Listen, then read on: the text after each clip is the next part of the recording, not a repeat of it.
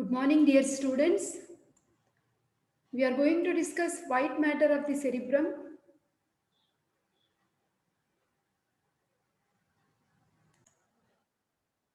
So, the white matter of the cerebrum is like underlying in the cortex.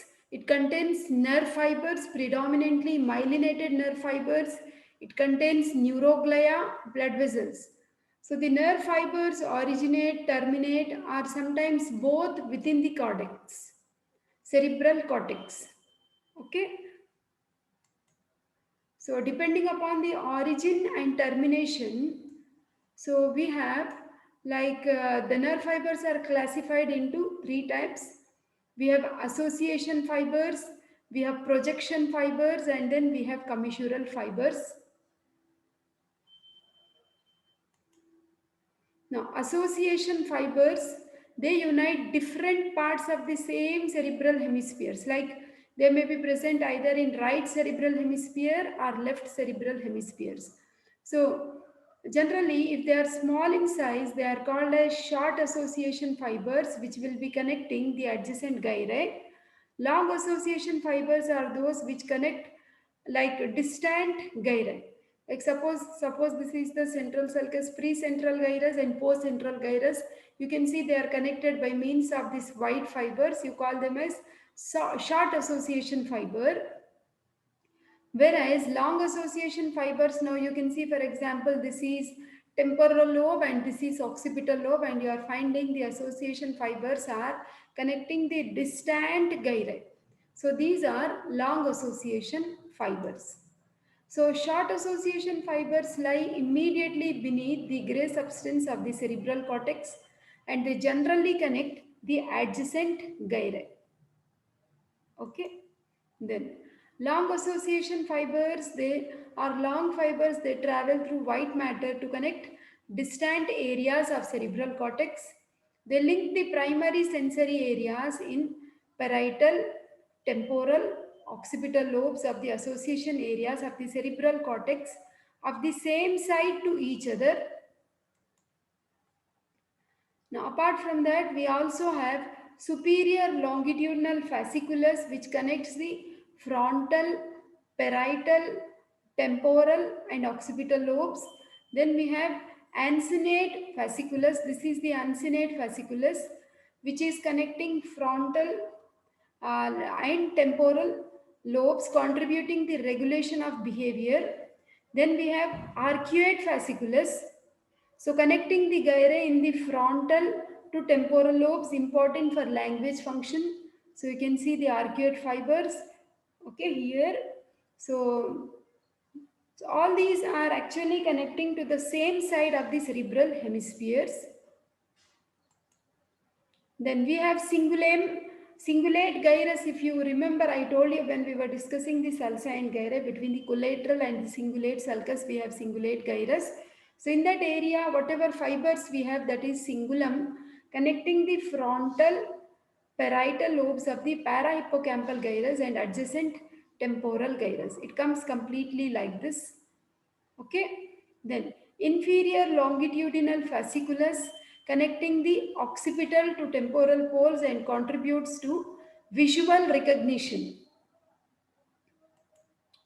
So these are commissural fibers, which are corresponding regions of the two cerebral hemispheres. That means right and left cerebral hemispheres are connected by means of commissural fibers, whereas the fibers which are like seen on the same side of the cerebral hemispheres, we call them as association fibers. So overall in the white matter, we have association fibers and commissural fibers. So commissural fibers are connecting right and left cerebral hemispheres. So we have under this corpus callosum, anterior commissure, hippocampal commissure, commissure of the fornix, posterior commissure. Okay, so these are the various commissural fibers. So overall, the white matter of cerebrum is formed by nerve fibers in cerebrum. We have different types of fibers. As I was telling you, commissural fibers are connecting two cerebral hemispheres passing across the midline. That is, right and left cerebral hemispheres are basically connected by means of commissural fibers. For example, corpus callosum will be the largest commissural fiber. Then association fibers. These fibers connect different parts of the same cerebral hemisphere. Like we have superior longitudinal bundle. Then we have projection fibers which connect cortex of cerebral hemispheres to any lower centers. For example, internal capsule containing corticospinal tracts. Okay. So commissural fibers we generally see connecting, this is right cerebral hemisphere, left cerebral hemisphere, and connecting we have corpus callosum. Here also we have the corpus callosum which is showing the connection of right and left cerebral hemispheres. Okay. So association fibers, we have long association, short association fibers, which I said they are actually like connecting the cerebral hemisphere of the same side. So in this commissural fibers, so we have different commissural fibers, like the largest among all is corpus callosum, which is very important short note. Apart from that, we have anterior commissure. I will show you everything. Posterior commissure, habenular commissure, and commissure of the fornix. Now coming to the corpus callosum. So this is corpus callosum. So this corpus callosum we have seen when we were doing the medial surface of the cerebrum, when we were doing the cerebrum anatomy. So in the corpus callosum, we have certain parts. What are those? So this is rostrum. The bend is called as genu. This is body, and the posterior part is splenium. So corpus callosum is the largest commissure of the brain, which is connecting all parts of two cerebral hemispheres, passing across the midline, except the anterior inferior part of the temporal lobe.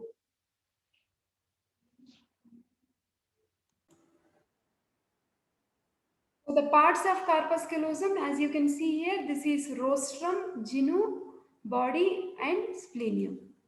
Okay. Now, the rostrum, you can see this part runs downwards and backwards from genu and tapers to continue with lamina terminalis.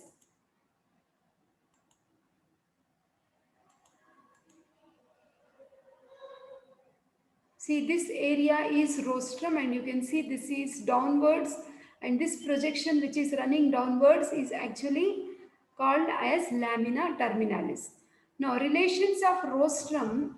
So, inferiorly, this rostrum area is connected to anterior cerebral artery, and superiorly, the rostrum is connected to the lateral ventricle. We are going to discuss lateral ventricle very shortly.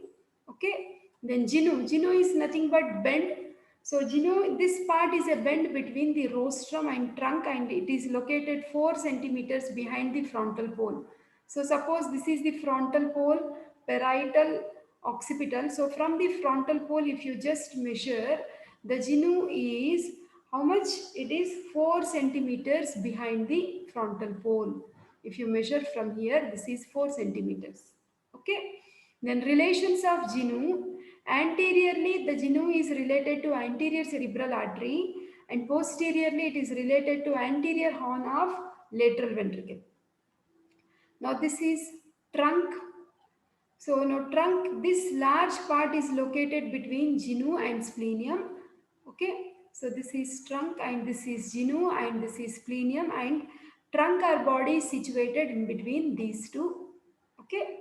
Then, so this is large part, and its superior surface is concavo-convex. Then relations, the trunk superiorly it is related to anterior cerebral artery. Falx cerebri, which is the fold of dura mater which is present between the two cerebral hemispheres, which is related to inferior sagittal sinus. So here, this is the superior part of the body where it is related to anterior cerebral artery. Then you have falx cerebri, and then here we have inferior sagittal sinus. Okay. Then inferiorly, see, this is the inferior aspect of the corpus callosum body. So this area is actually related to lateral ventricle. So inferior aspect of the body is in relation to the lateral ventricle, anterior horn and central part of the lateral ventricle. Now the last part what we have is splenium. So this splenium is 6 centimeters in front of the occipital pole, and this is the posterior most part of the corpus callosum. So this is the occipital pole, and if you measure from here, it is 6 centimeters. Okay, then. So relations of splenium, it is posteriorly related to pineal gland. Now coming to the fibers, what we see this is right cerebral hemisphere, this is left cerebral hemisphere. Connecting right and left cerebral hemisphere, we have corpus callosum. So corpus callosum will have certain fibers. So we have, like anteriorly, if you see, we have forceps minor. Behind we have very bulky fibers which are actually called as forceps major. So forceps minor fibers connect to frontal lobes and they form small fork. So this is small fork like thing which is connecting to frontal lobes of the cerebral hemispheres. Then forceps major, they connect to occipital lobes and they form large fork. Now you can see this is bigger connecting fibers, that is the forceps major, which we see in the occipital lobe. Then we have tapetum. Okay, so tapetum, these fibers connect to temporal lobes and form like strip-like fibers and do not interdigitate with corona radiata fibers. Rest of the fibers connect to parietal lobes and interdigitate with corona radiata fibers. So these are the various fibers what we see in corpus callosum: forceps major, forceps minor, tapetum. Then now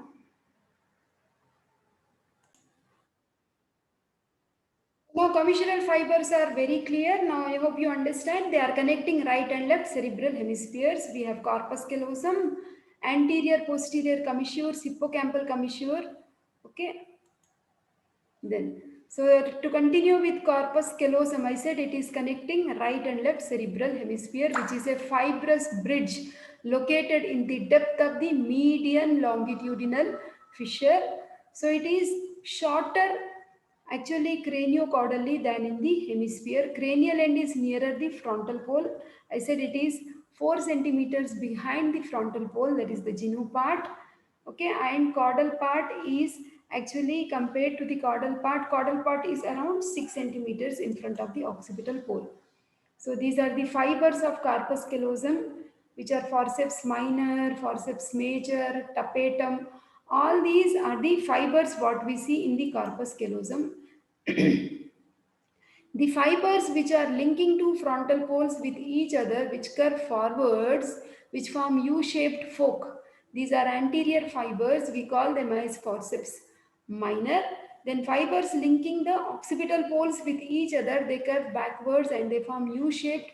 That is forceps major. Okay. So these are the parts of corpus callosum: rostrum, genu, body, and splenium. Okay. Now the other commissures we have are, see, connecting right and left, we have anterior commissure.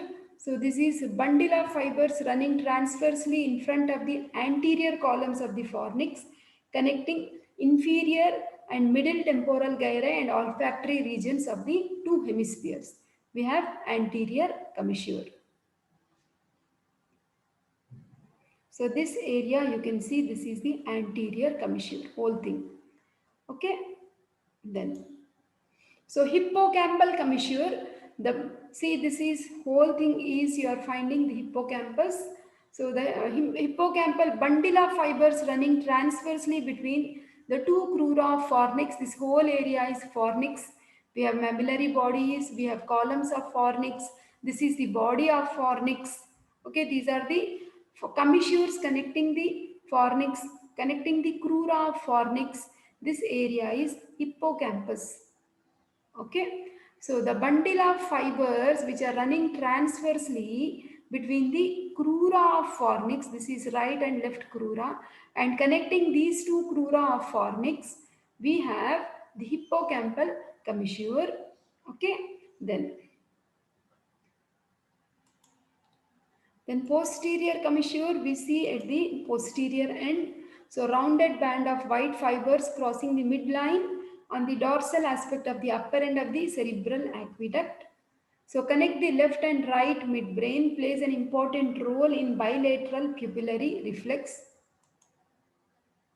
Okay, so these are projection fibers. What you can see, fibers running vertically through the hemisphere consists of cortical afferent fibers. Afferent are nothing but sensory tracts conveying impulses to the cerebral cortex, mainly thalamocortical fibers. Sensory tracts which are passing through internal capsule. Then cortical efferent, that means these are motor tracts carrying impulses away from the cortex to the lower centers. Corticostriate, corticobulbar, corticopontine, corticospinal and descending autonomic fibers. So we have seen, like in the spinal cord, we have studied different tracts in physiology, right? Like the ascending and the descending tracts. So these ascending and descending tracts basically form the projection fibers. Deeper to the cortex, these fibers are arranged radially. Hence, this radial type of arrangement is called corona radiata. So then these fibers converge to form a sheath which is passing via the internal capsule that passes between the thalamus and the basal ganglia. They continue in the crus of the midbrain, pons, medulla oblongata, continue in the spinal cord as corticospinal tracts. These are nothing but pyramidal tracts we are talking about, and we can see pyramidal decussations. This is all about the projection fibers. Okay, you can see this is corona radiata and they are passing via the internal capsule, midbrain, pons, medulla oblongata. Okay. Now, what is internal capsule? Internal capsule is nothing but bundle of projection fibers passing through the interval between thalamus and basal ganglia. So this is thalamus, this is basal ganglia, and you are finding the ascending and descending tracts are passing through this narrow gate which is called as internal capsule. Okay. So here we have thalamus, caudate nucleus, lentiform nucleus, and in between them we have a passage through which ascending and descending tracts are passing. So that passage is nothing but internal. So all the things you should remember, corpus callosum is an important 5 marks question. White matter of cerebrum may come as an essay question where you have to discuss about everything, including corpus callosum and internal capsule. Now, when you talk about corpus callosum, so it is nothing but connecting right and left cerebral hemispheres. Hence, it is helping in the coordination of activities of two cerebral hemisphere, especially for stereognosis, nothing but identification of object with closed eyes. So what happens if there is something wrong with corpus callosum? So corpus callosum can be congenitally absent without causing any abnormal effects as both cerebral hemispheres learn to keep stereognosis. Due to this finding, many neurological operations are planned by cutting the corpus callosum. So such operative procedures in blind leads to miserable dependent life as stereognosis is lost. So stereognosis is the most important function for blind for their all day-to-day activities. So post-operative advice to any person when corpus callosum is cut is to accompany while moving in the dark location. Okay. See the other commissures what we have studied are, see, anterior commissure, we have, okay, the posterior commissure, habenular commissure, and commissure of the fornix. Okay, so association fibers we have seen, and this is the internal capsule, right?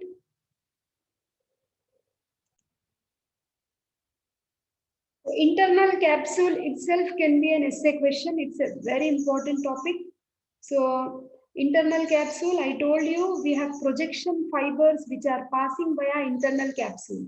It is present between thalamus and the basal ganglia, nothing but the caudate nucleus and lentiform nucleus.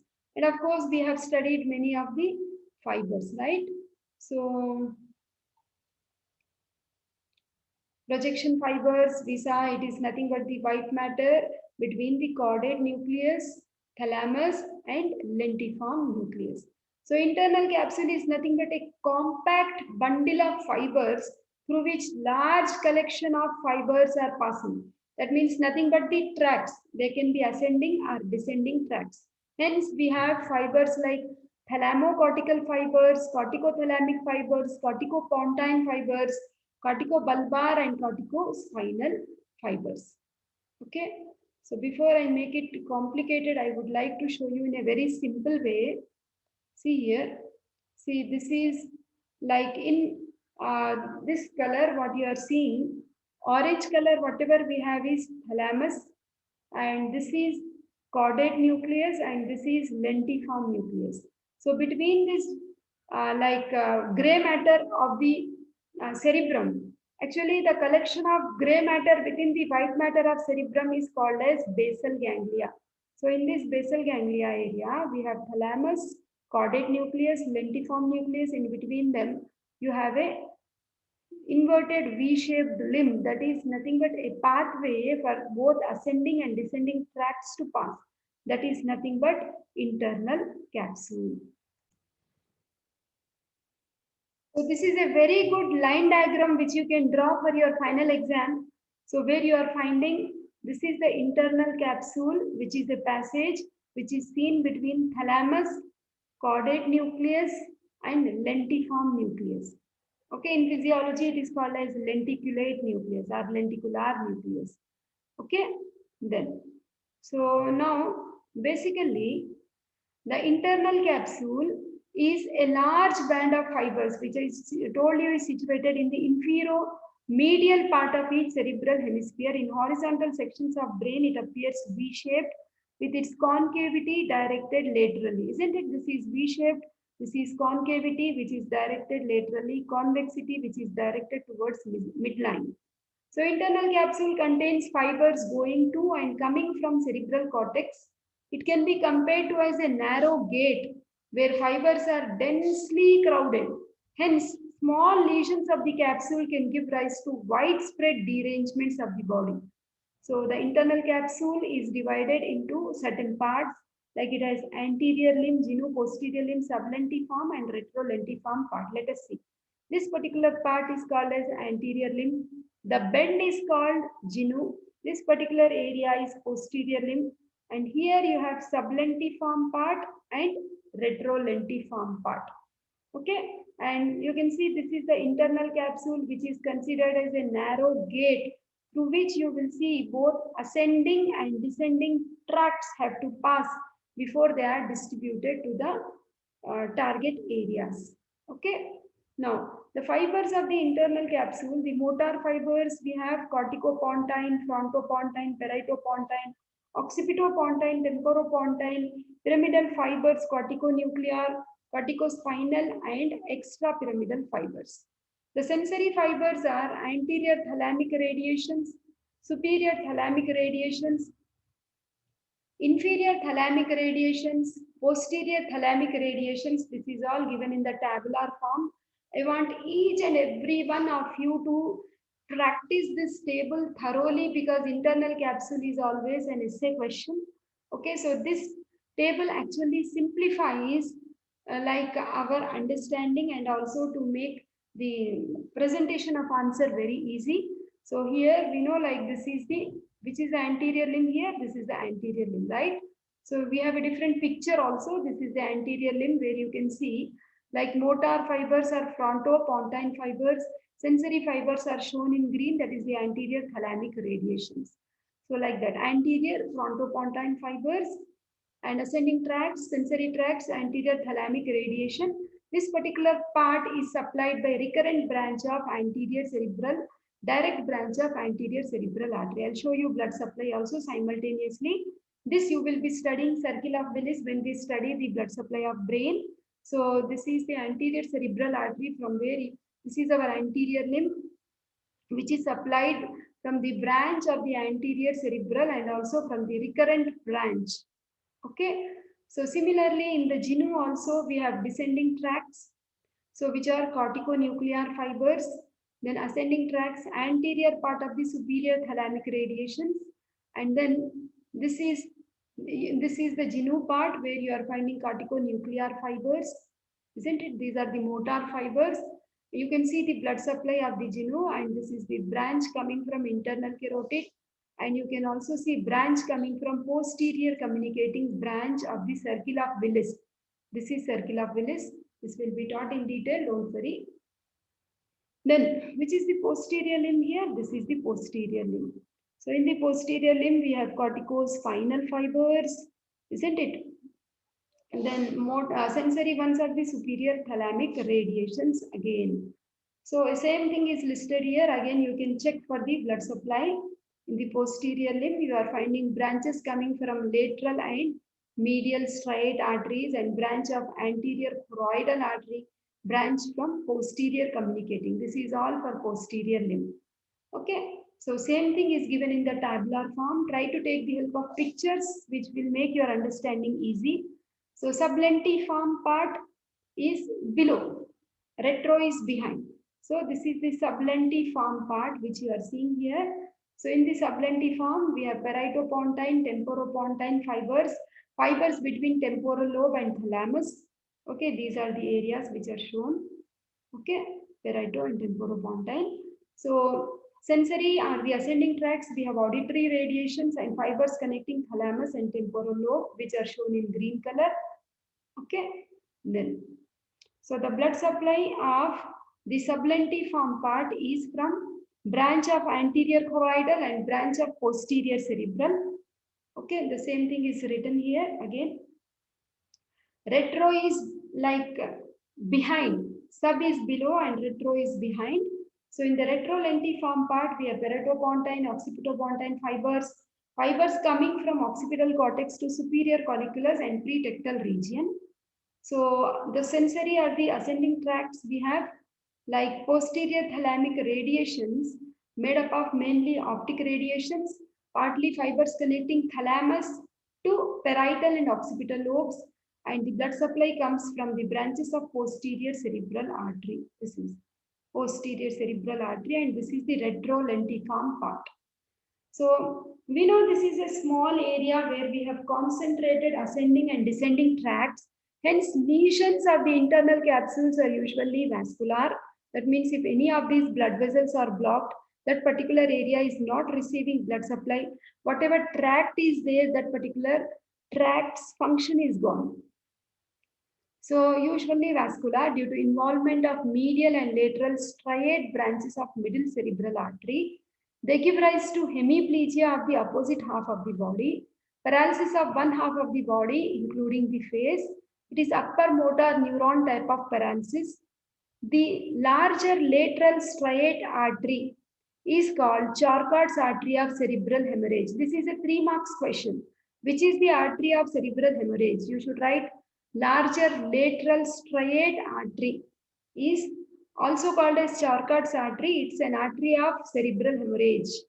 Okay. So because this larger lateral striate artery is usually the artery which usually is prone for rupture. Okay.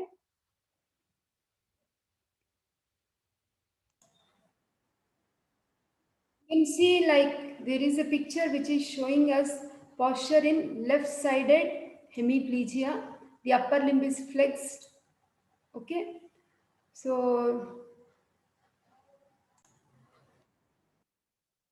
the final take-home message what we have is bilateral lesion of inferior longitudinal fasciculus as in carbon monoxide poisoning leads to loss of identification of nature of objects, that is object agnosia.